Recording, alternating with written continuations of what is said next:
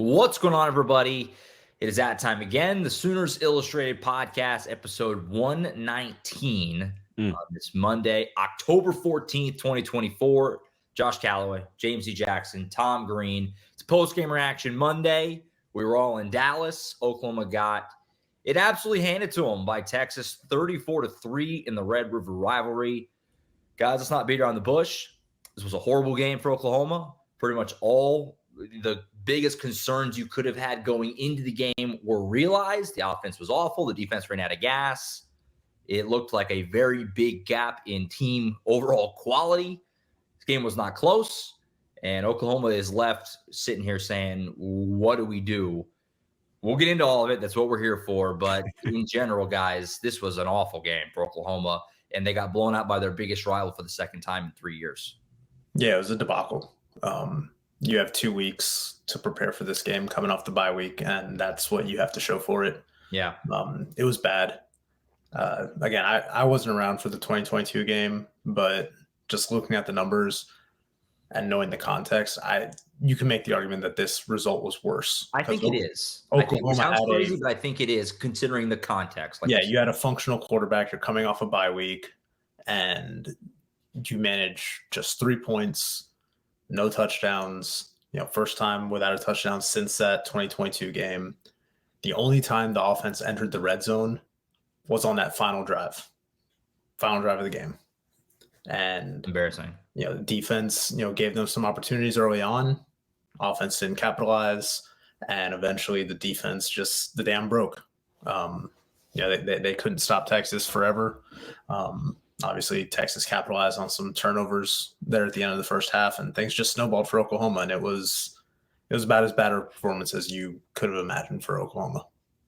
I mean, yeah, and we've talked about this for a little bit. Like, we kind of asked a hypothetical question: which side would you be if you had to be one-sided on the football? Like, which side would you rather be on? And I've always said the offense. You rather be a very good offensive team and a lowly defensive team than what's going on at OU right now. Like, we saw what Iowa had to endure, over the last couple of years as well. Like, performances like this are just what it comes down to, because as you said, the defense is going to get tired eventually. Like, it's different for an offense that can go out there and keep striking and keep putting points on the board. But a defense it's just too much, especially against a number one team in the country with an offense like Texas's. I mean, just all of a sudden they can't tackle anymore. All of that becomes like the effort part of it, being in the right spots, trying to make plays for this Oklahoma team, which, typically you wouldn't try to do, like try to go after the fumble each and every time you try to make a tackle, try to make an interception and get out of your spot. So those type of situations are happening right now for OU, and it's spiraling into this situation because they just don't have an offense right now. They just don't have an offense. So it's really tough to win football like this. Yeah, I will say I still think I'd rather have a really good defense and a bad offense, but this isn't a bad offense. This is a putrid offense. Historically bad, yeah. Yeah, this is on pace to be their worst offense since probably 1998, and which is not a good year. They're at the bottom of the SEC in pretty much every major category. They're in the hundreds nationally, down at the bottom of the barrel in some really key categories right now. And it is just they just don't have an answer right now. And yes, like, the receiver situation is what it is. You've had 6-7 weeks now to develop some of these younger guys to step into those roles that you would hope that a Nick Anderson or a Jaden Gibson or Jalil Farouk or Deion Burks in recent weeks would be in, but they just have not been able to make anything happen. And it's not just Seth Luttrell. I know he's going to get a lot of the blame here, but this offense looked like it was playing scared. Like, there were a handful of times where Mike Hawkins had a open receiver downfield.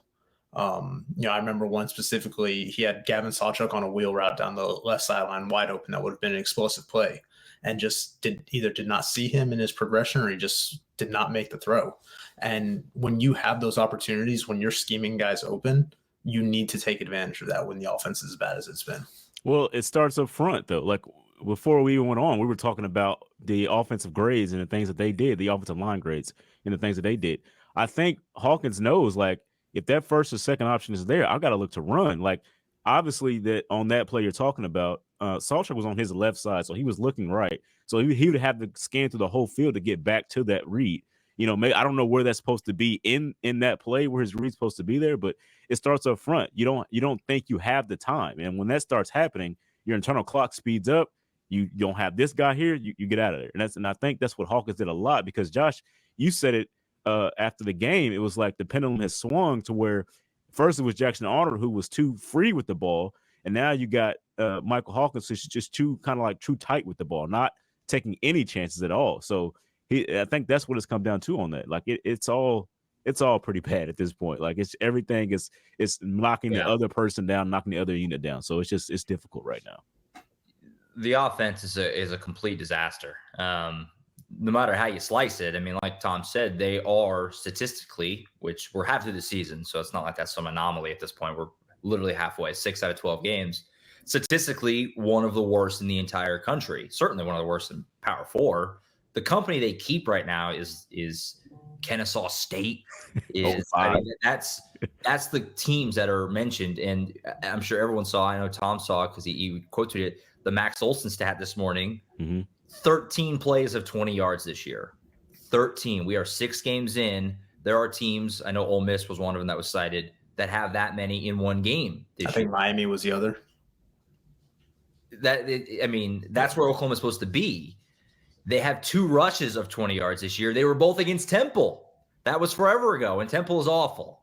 So Hawkins had the one against Auburn. That's true. Yeah. My fault. I forgot that one. The scramble up the middle. It's really bad. It's hard to even put. I joked about this on the instant reaction with James.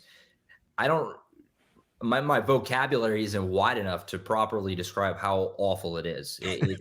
It's hard to fathom truly how inept it is. They can't move the ball. They have nothing to hang their hat on in any regard. I do think they're a little too conservative. I thought early in the game they did a couple of nice things. The very first play of the game was that little quick underneath pass to Brennan Thompson. He kind of went around the outside, got a first down.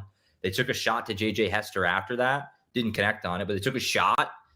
They just kind of got away from that. They didn't really that was the last attempt anything down the field. Yeah. And Texas had no reason to respect that part of the game. So they brought everything up, and obviously they can't run the ball. We're beating a dead horse there. Javonte Barnes was their leading rusher with 38 yards. They can't run the ball. That's just how it's been all year. The receiver core, like Tom said, yes, you're missing your top 5 receivers. I don't want to minimize that. That's huge. Okay, I'm not going to overlook that. But my God, can we not get anyone else going? Like nobody else has been able to get involved. Zion Kearney finally got a little bit in the action in this game, but obviously not enough to make a difference. It's just so bad that it's hard to even – I don't really even have suggestions for what I think. You just have to hope that you can get lucky and tighten a few things up and score enough points, a couple touchdowns, and that's going to be enough for your defense to win you some games because it's just so far off of what it needs to be that it feels hopeless at the moment, quite frankly. Yeah. We talked about it. I can't remember if it was on or off, but we talked about it. Like these guys that are the receivers that are out there for OU are the 6, 7, 8 guy. Yes, but like these guys should be capable enough of getting open a few times a game. These guys could play at schools like Mississippi State, who put up points against this Texas team. Like those guys are capable of doing that. So it's just crazy how they're not getting open at all. Like, is that the situations? And like, it's just wild right now. As you said, it feels hopeless and it looks that way right now because they're just not clicking anywhere.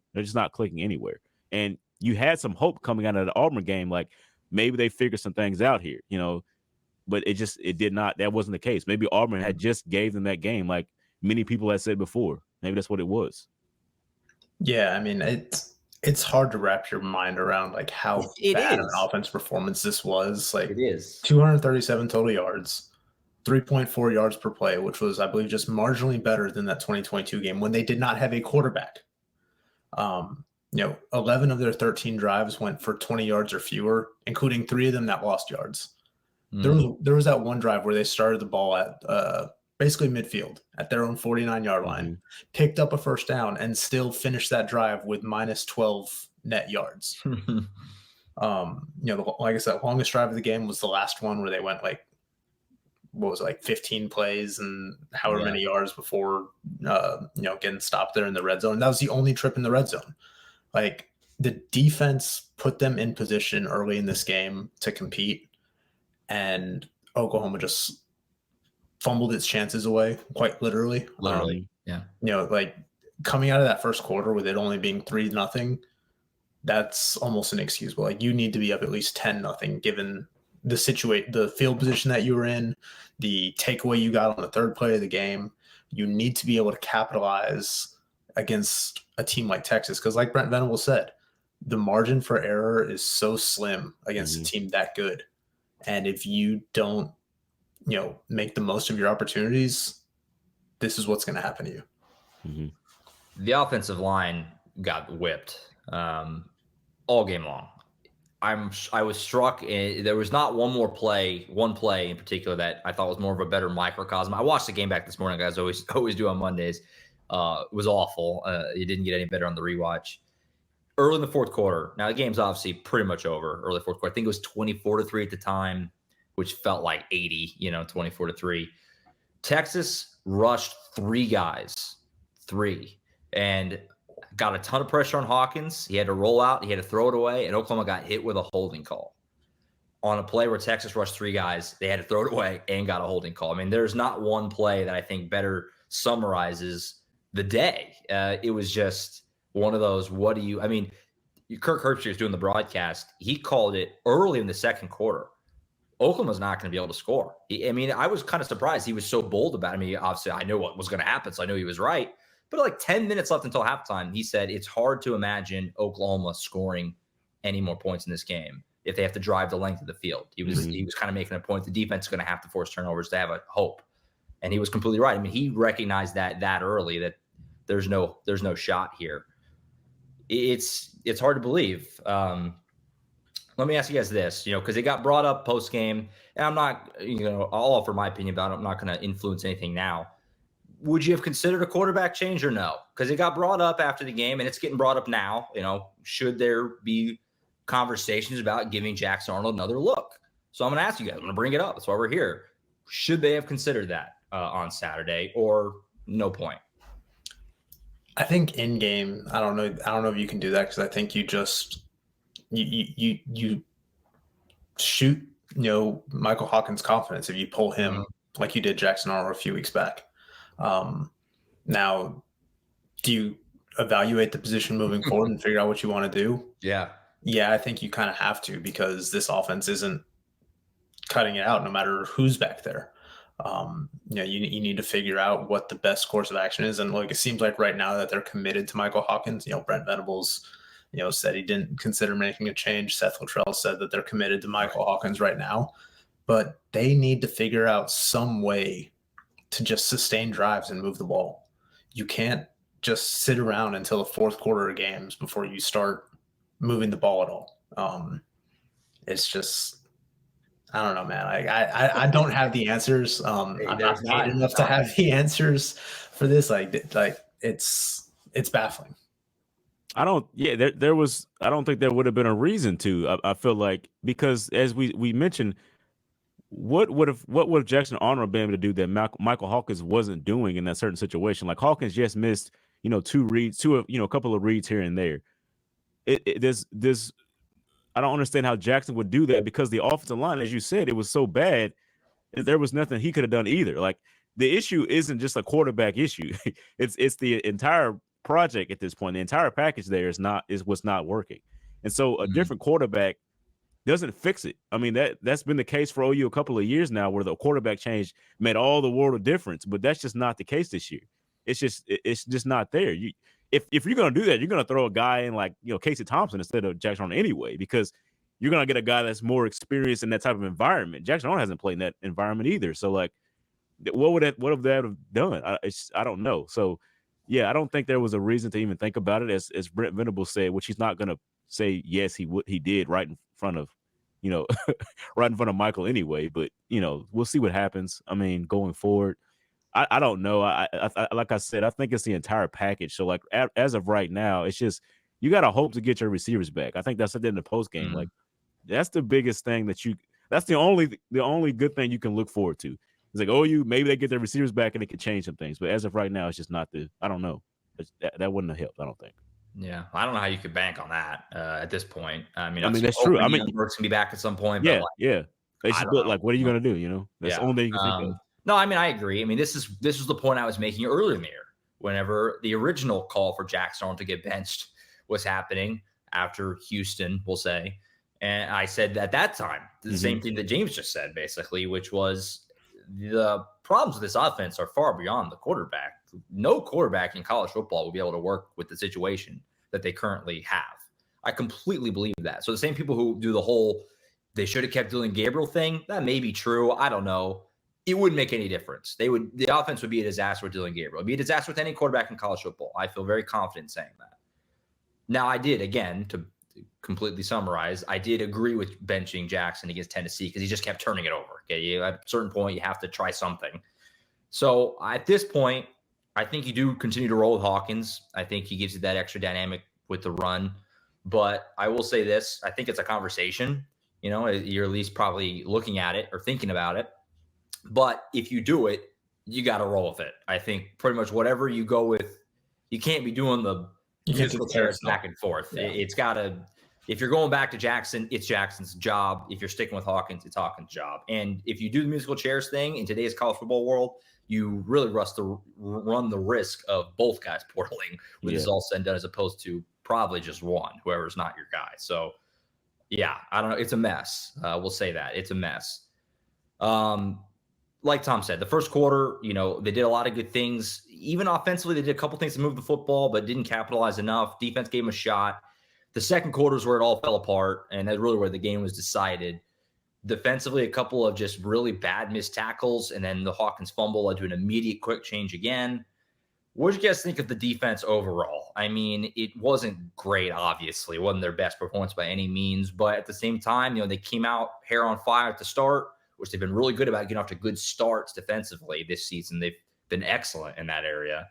But like we kind of thought would maybe happen, they ran out of gas in a blazing hot Red River game. It was very toasty out there. Offense is giving you nothing over and over. And eventually the dam broke against a really good offense. What do you guys think defensively, though? I mean, it obviously wasn't what we've been used to seeing, especially in the missed tackling. It was really bad for a while there. Mm-hmm. Yeah, I think the start was good, but not great, because Texas missed a couple opportunities. Like Quinn Ewers missed two deep balls that would have busted this game open immediately if he had just connected on them.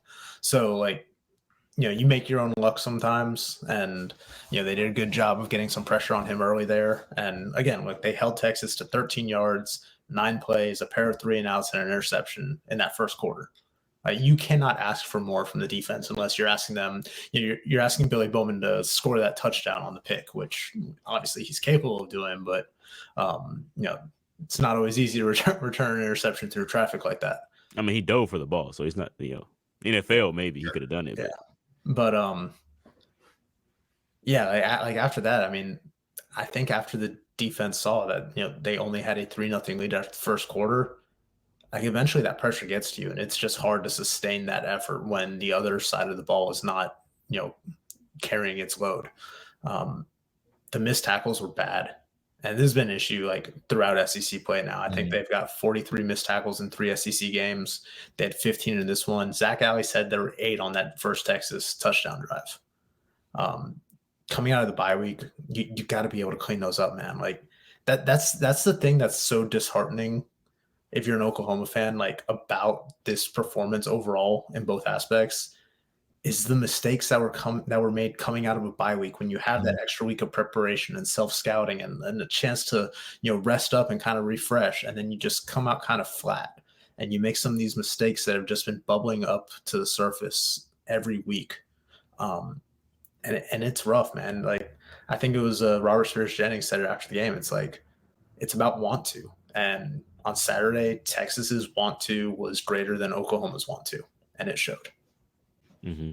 And it was vice versa the year before that. Like it kind of catapults to each other. Like what's going to happen in this game. And you talked about the bye week and what they did. OU actually did offensively do some different things. It just wasn't very successful. I mean, we did see some different packages, some different runs, a lot of pre-snap motion, a lot of it, and it just did not help them at all. And we're talking about the defense here.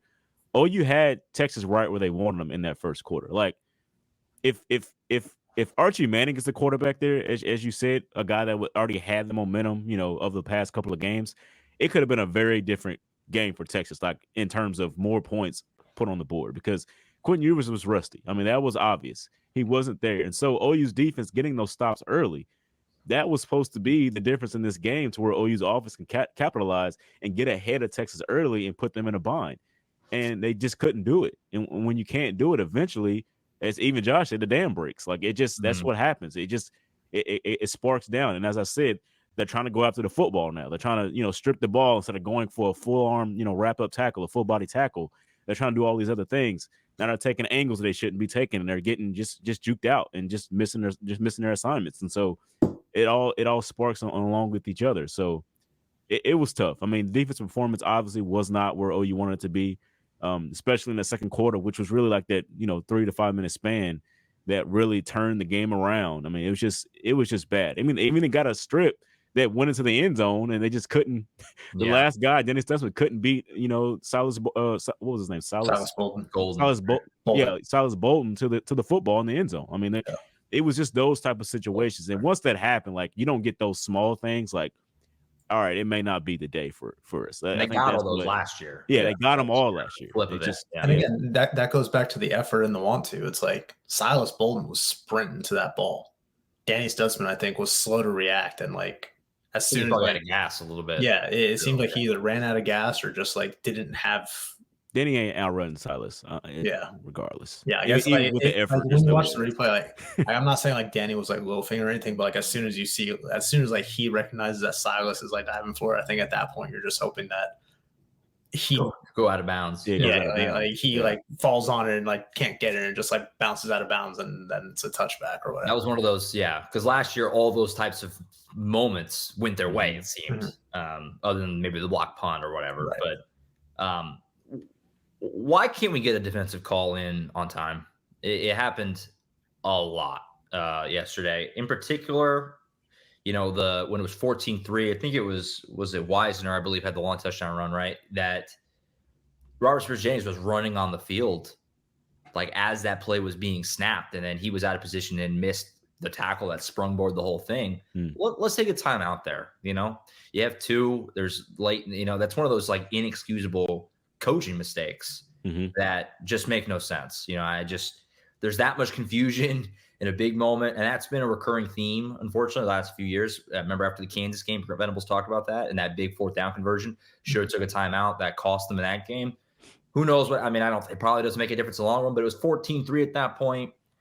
They were clearly out of sorts. You had one guy running on late, and they snapped it, and they ended up running 40 yards for a touchdown. I mean, it's just bad. That's bad football, and I don't know. The defense was not. I mean, the defense did everything they could early. They had the benefit, like Tom said, of Quinn missing a few throws, but they tried everything they could and gave him a short field there. And this offense at the end of the day just isn't good enough. And I think mentally it's tough for a defense when the game's over because we can't score to keep trying to pile up stop after stop against an offense that good. So I don't know.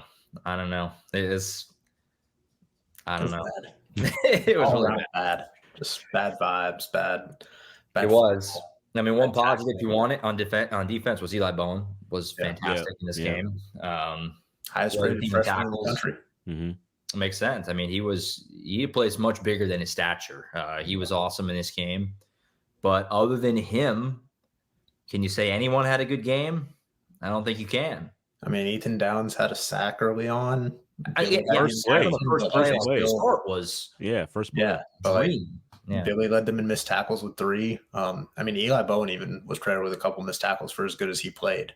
It's just Grayson Halden had some moments in that first half when they were still in that game where he was getting some disruption, but they just weren't able to really sustain any of it. Those missed tackles, man, were just brutal. I just don't have the answers. Exasperating. It's a championship defense, I think, when everything is clicking, and I think it is. So that's what was really frustrating. Even Brent Venables was talking about it. Like he felt like he was more disappointed on that side of the ball from what they like, knowing that they have the guys that they have, and everybody's relatively healthy. it was disappointed in the way that second quarter ended. Because the middle eight that's Brent Venables' thing. Like the middle eight, awful. winning that is what he Awful every wants. And they're just not doing that right now. Like those last couple of minutes before halftime and the first couple of minutes after halftime, they're just not winning that. And so it was amazing watching it back this morning. The fact that it was 7-3 with about Like 4 or 5 left. minutes. Yeah. Yeah. I mean, you're thinking, all right, we're gonna get to halftime. Offense is struggling, but at that point, you still feel like you did some nice things offensively. Defense is playing great, and just snowball on. They did what they didn't do against Auburn, and what we knew going in they couldn't do, which was they turned it over a couple times here at the end of the first half, and it absolutely burned them. But I was gonna say the other thing offensively, it just, I don't know, from my perspective, it was like they were pushing tempo at some strange times when they maybe should have been slowing it down and taking some time off the clock. Because again, like especially like late in the second quarter there, like before things really snowballed, if you just kind of slow it down and try to be a little bit more methodical, you probably get in a halftime maybe it being like 10-3, which is a much more manageable proposition than 21-3 after 2 turnovers. It just seemed like they were just out of sorts in every aspect, discombobulated and just playing out of position, poor technique in areas. It snowballed. It was like an avalanche. It was tough. I mean, OU had completely lost confidence, I think, especially in that middle eight section. Texas tried 2 double passes with the same guy. It was the same exact play, just the other side of the field. Just and worked on one of them. Yeah. Like they were just so comfortable. They did not care because they were not threatened by OU's offense at all. Like it could have been even more points on the board, I think, if Texas was playing traditionally. Like they went for it on 4th down a couple of times just to, why not? Let's see what we can do. Like at the end of it, OU was like one of those teams that you pay to come play. Like that's what it seemed like. Like it was crazy the lack of respect that Texas had at that time because OU just hadn't earned it. Like it just wasn't there anymore.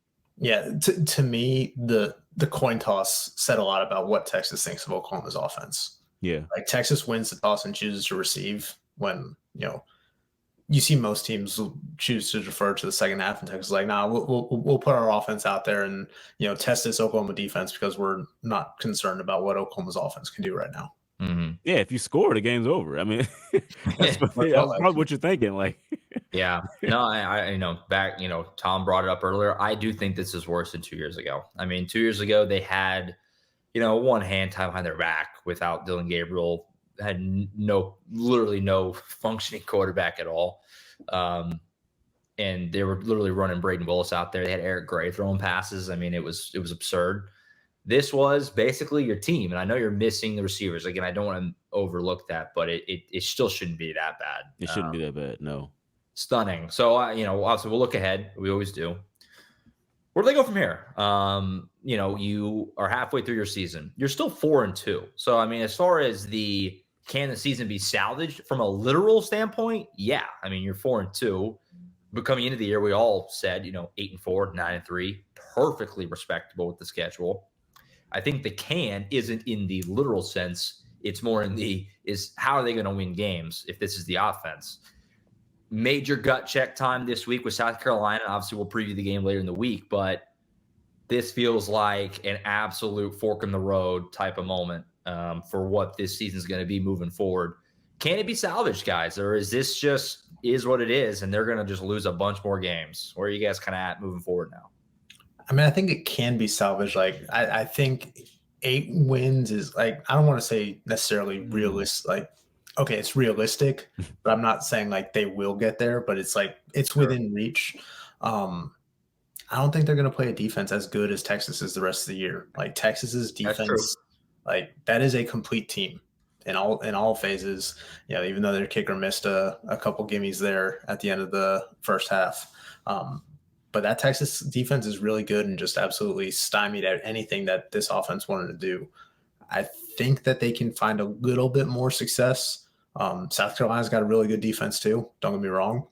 I think that's going to be a low-scoring game. Oklahoma opened as a 4-point favorite, but this is about as much of a must-win as you kind of have on the schedule right now. Like, if you lose this game and then you go into Ole Miss, which I know Ole Miss is coming off of a heartbreaking loss and has a couple losses of their own, but things can really snowball like they did in that second quarter if you do not get back on track this weekend.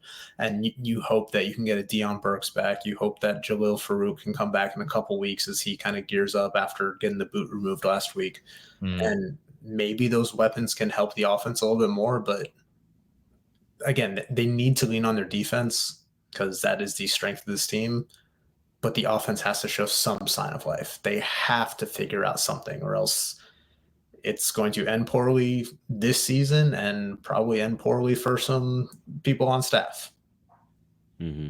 Yeah, I'm worried about them right now. Like, especially offensively, I'm just worried about what's going to happen, because if they play like that, I mean, yeah, the Texas defense is really good, but it's just like that's a terrible way to come out after a bye week. I mean, it did not look good. I don't know if the confidence is going to be there for them.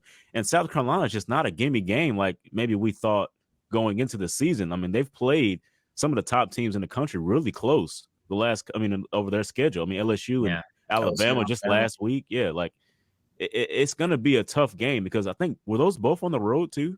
Or was LSU was at home? LSU was at home at Alabama. Okay, yeah, like they've shown that they can play in any scenario and be in the game. So like you're worried about it, because yes, this is the must-win game on the schedule. You need this one if you're really gonna try to salvage this season and end with a winning record and things like that. So we'll see what happens. I mean, that's all I can say. Like, we're gonna talk to some more players tonight, see what they have to say. I mean, are there any answers after they watch film? Like, what's going on here? I mean, who is anybody coming back healthy anytime soon? Like, all those things are going to play a factor in this, because right now it's just not clicking. Yeah, I don't know. I mean, I think it would make a big difference, or it could potentially make a big difference to get even just one guy back. Deion Burks, we'll say he's probably the closest. You think maybe, I don't know. Updates have been vague, but at the end of the day, all year having to run the ball. O-line is healthy right now. Didn't make a difference. It's hard not to just sit here and think, like, if they can't win the game 17-14, anything beyond that, they're out of luck, So I would say I think the one kind of saving grace heading into this week is that South Carolina has been one of the most turnover-prone teams in the country this season. They've turned it over 12 times, tied for 117th in FBS, had 4 turnovers against Alabama, still had a chance to win that game late, but again, Oklahoma's going to need to lean on its defense and be opportunistic here and kind of take advantage of those. But yeah, like you guys said, like, this is a pivot point in this season right now. We've hit embarrassing levels on the offense. I mean, again, it's just one of the worst in the country. It's unbelievable. Nobody thought that going in. I mean, going into this game, obviously Tom and I picked Texas, but Oklahoma got destroyed in this game. I vastly overestimated Oklahoma's ability to score a touchdown. We were joking about it after the game with Ryan Chapman, in front of the program, my former coworker. The meme, our expectations were low for you, but expletives. Yeah. That was this game. That was this game to a T. Oklahoma got crushed 34-3. 2 times in 3 years under Brent Venables, Oklahoma did not score a touchdown in the Red River rivalry. Not good. Not how you up that approval rating for OU fans. Changes are going to happen soon in some capacity. They have to. You can't keep going the way they are. Yeah, so. Midway through the season, I believe they've not had a 200-yard passer, a 100-yard receiver, or a 100-yard rusher in a game through 6 games at Oklahoma. It's hard to even have the right words. Yeah. It's amazingly awful. It can't be much worse than this, quite literally. We'll see where they go from here, though. Going to be an interesting week in Norman, to say the least. Back home for South Carolina on Saturday. And, like James said, we'll talk to players tonight. Brent Venables presser tomorrow. Both those are going to be interesting. And we'll be back later in the week to set the table for South Carolina as Oklahoma comes back home for the first time in about a month. And we'll see what that crowd looks like. And I think the Boo Birds will be out real early on Saturday if it's more of the same, put it that way. That's it for now, I think. Again, we're back on Thursday with the recruiting show with Colin Kennedy. James Jackson on that show as well. We'll have the game preview for South Carolina. Then the following day on Friday, again, like I said, player interviews tonight, Monday, Brent Venables presser tomorrow, Tuesday. You can watch both those, of course, on the YouTube channel. As always, be sure to subscribe, Oklahoma247sports.com, and subscribe to the YouTube channel, podcast feed, all that stuff. Support us as we get through the back half of this season. Who knows how it's going to go. That's it. For Tom Green, James C. Jackson, I'm Josh Callaway signing off for now. We'll see you next time right back here on the Sooners Illustrated podcast. See you.